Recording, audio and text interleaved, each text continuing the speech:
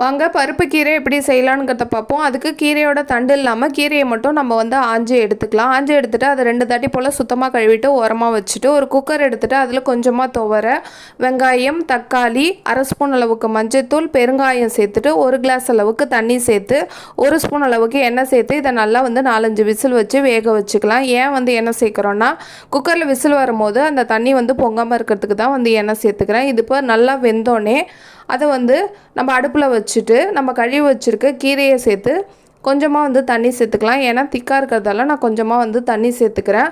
இது கொதிச்சோடனே அதில் தேவையான அளவு குழம்பு மிளகாய் தூள் வந்து சேர்த்துட்டு நல்லா லோ ஃப்ளேமில் வச்சு கீரையை வந்து நல்லா வேக வச்சு எடுத்துக்கலாம்.